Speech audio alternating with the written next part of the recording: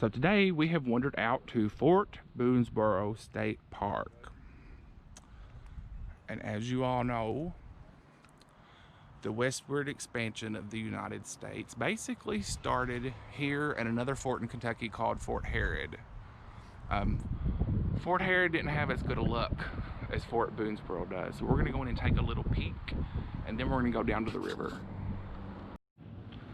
This is the historic marker for the fort.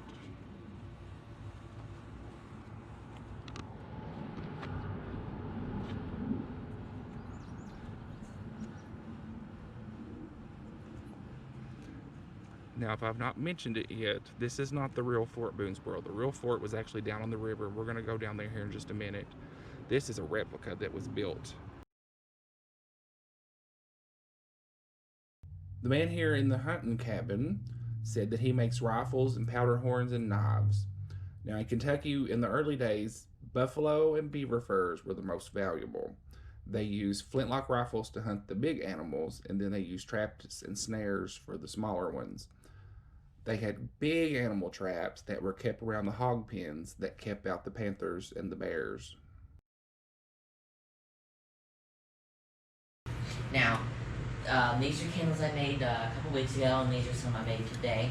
We'll finish today, and these are some a couple days ago. Ooh. Now, I also just finished some beeswax candles. I put them up here because the mice like to eat them. So in here is a big pot of wax, and you would take your, usually there'd be a wick on here, you'd take it, you would dip it, then you'd hang it back up again, and by the time it gets back around, usually there's one on each of these, and by the time it gets back around, it's dry enough to where you can dip it again. Now, how they did it here at the fort was they would take this is made of cast iron, and they would take this,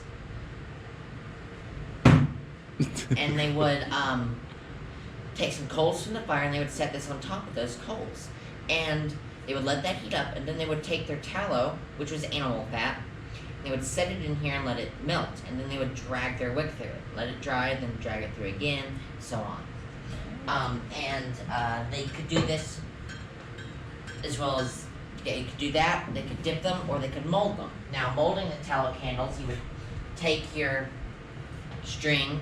Now, one string made 2 candles, so you would take your sticks, and so you would take a stick and put it across here, one across here, and one across here. Now, so what you would do is you take your strings through here. You would either tie them together here or tie them together up here. I tie them together up here on the silver ones back there. And so what you do is you would then block up the holes, and then you'd pour your wax in, or tallow, and then you would let it sit and let it harden.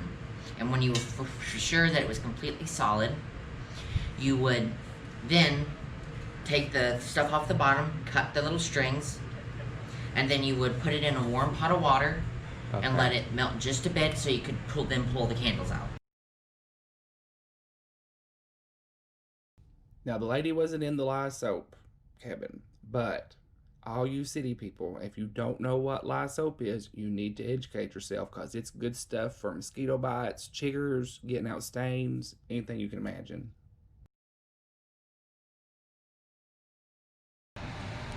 This is one thing not a lot of people know. Kentucky was known for years as an iron producer. And hopefully in the future, I'm going to go out to one of the old furnaces. There's thousands of them that just exist way out in the woods abandoned. And I hope to get out to one and do a video before too long.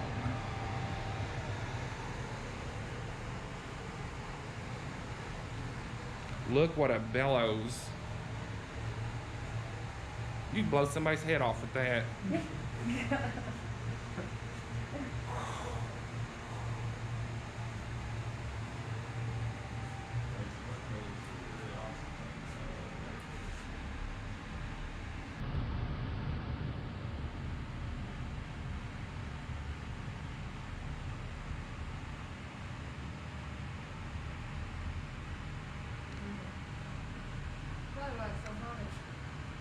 Repeating the same steps like that.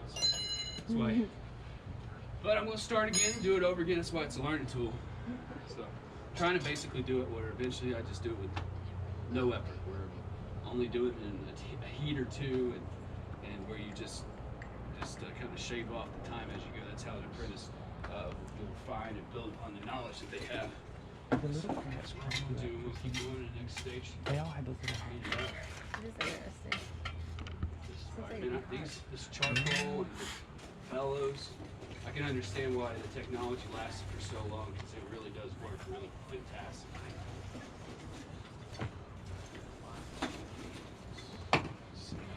Some stock it up.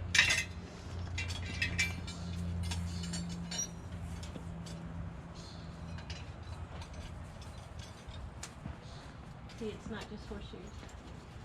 Yeah, now I'm getting nervous. I'm looking forward to learning how to make horseshoes. But yeah, the blacksmith, especially at the frontier, would have been making all kinds of things. The Squire Boone's role early on, because he was the blacksmith at Fort Boonesborough, it would have had to recycle, and there would have been constantly repairing things, constantly. Because as soon as they built the fort out here, the fort was built right after they finished the foot trail to get out here. And for the first several years of the fort existence, it was foot travel only. So you had to go hundreds of miles, but foot travel on the back of the trail, like what you pack on an animal, is your limitation.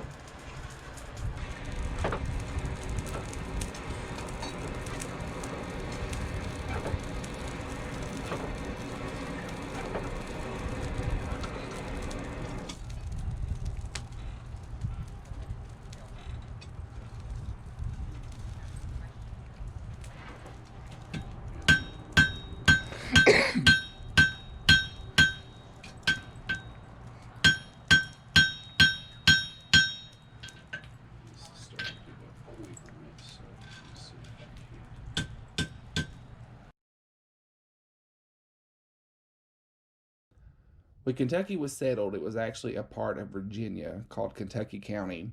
Some people called it Transylvania because one of the companies that were dividing up the land and things over here was called the Transylvania Company. You still hear that name used sometimes in Lexington. Transylvania just means across the woods. The land surveyors were important because, they were marking off everybody's territory and keeping things straight as people came through the Cumberland Gap up into here to settle. Surveyors were pretty much the most well-to-do people, or one of the most well-to-do people in any kind of a settlement back then, because a lot of the times when they would survey someone's land for them, that person would give them a piece of the land they surveyed as payment. So a lot of these surveyors became very wealthy men.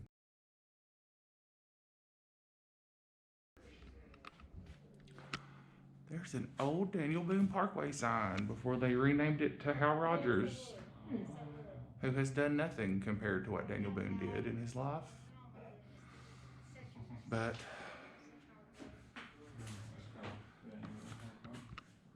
Daniel Boone pinto beans. Well, just some of your people down here? Oh, there we go. That's your great grandpa, ain't it? Yeah, it's my relatives. Big sycamore. Your 12th cousin. Cousin. 12th cousin twice removed. That's where I get my war paint designs from.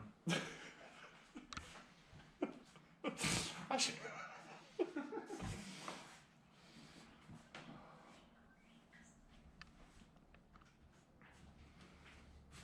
It's cooler in here. And I like that picture because Daniel Boone is not wearing a coonskin cap. He rarely, if ever, wore a coonskin cap. That's wild how it's.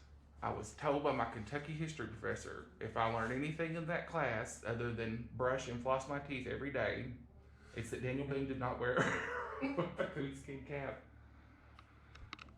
Now, he was a great history professor. Every time he would show people a picture of somebody we were talking about, he would point out their teeth and how bad their teeth were and say, brush and floss your teeth every day. So yes, Bruce Breeding, if you're watching this, I remember.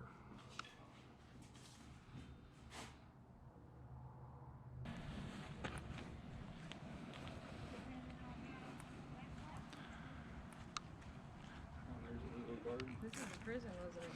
This is where they put the people who were too ugly to be seen out in public.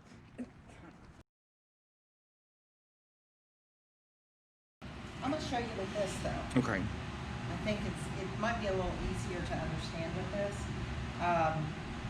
when you're making yarn, you're taking the fibers, the loose fibers, and you're just twisting. That's the only thing really holding those fibers together is twist and lug, right? So you build up the twist by spinning the spindle, and you can see the twist build up, and then you add a little bit of fiber and you let that twist run up into the fiber. So I'm spinning to build up twist, and then that twist is stored there. So I add a little bit more fiber, and then I let the twist run up into the fiber. And that's it. It's just that over and over again. Spinning to build up twist, letting out a little bit of fiber, and letting the twist run up into the fiber. So, like, if you run out of that, is that wool? That Yeah. wad of wool in your hand? If I run out, I just overlay it again. See these little wispies right here? Okay. As I twist this, you can see they get pulled in, right? They're grabbing them. The twist is just grabbing them. It's just like if you twist your hair, right?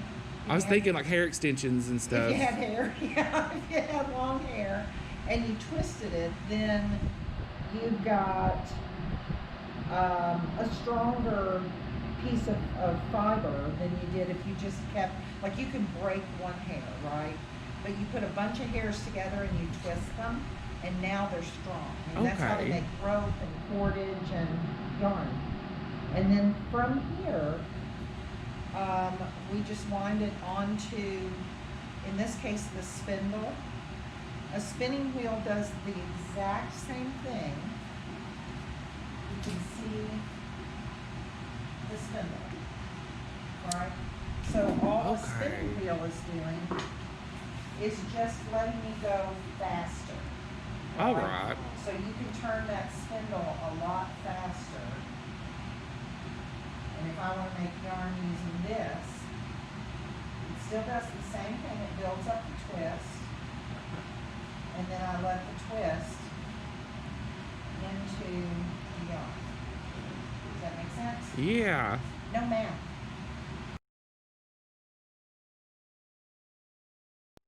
This is just a cabin with some displays set up in it.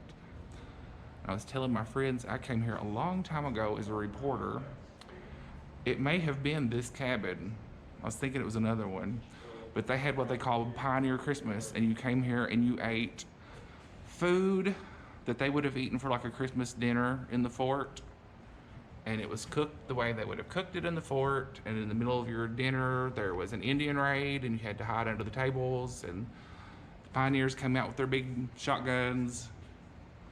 That was a really cool experience. It was the first time I'd ever eaten roasted chestnuts, and was pleasantly surprised.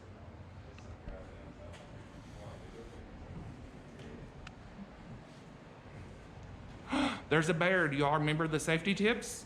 Stand your ground and go to the side. No, you've not watched my video yet, have you? See how my friends do me. I want to get the buffalo too. That's huge. Did you touch it? I wanted to, I'm one too.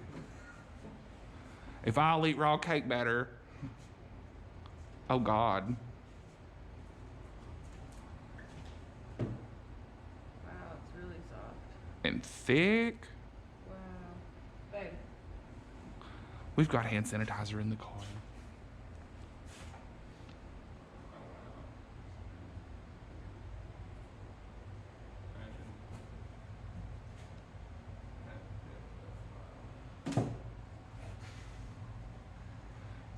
Bonus points if anybody knows what that is in the comments.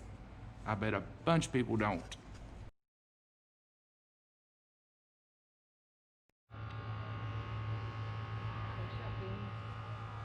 Now the hum of that air conditioning unit is not period accurate for the fort.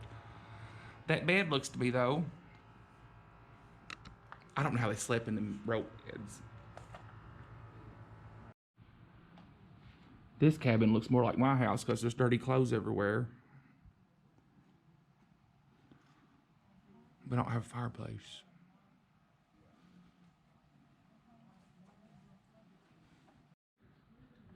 Early whiskey in Kentucky. Except it's not called whiskey anymore if it's made here. It's bourbon.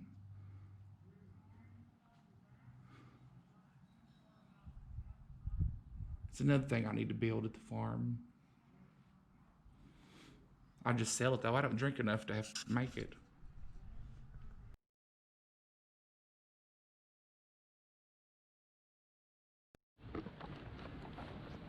What is that for? Beans to climb? I would say beans. Yeah. Any kind of squashes, they can still do it like No, that. it's beans. You see 'em? It is beans, ain't it? Our garden's like 3 times the size. They get big. I actually know somebody who has one of those adobe ovens, and that's the only thing they cook with outside. I've wanted to make one of them for a long time. That's the ground corn mill. Because they didn't have a mill at the fort.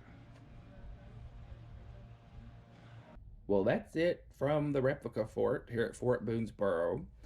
And part 1 of this 2-parter, because this one got long. Part 2 should be out tomorrow, and it'll focus on the actual location of Fort Boonesborough and Little Walk on the Kentucky River. Thank you for watching. Like and subscribe if you want to, and know that I appreciate it. Bye, y'all.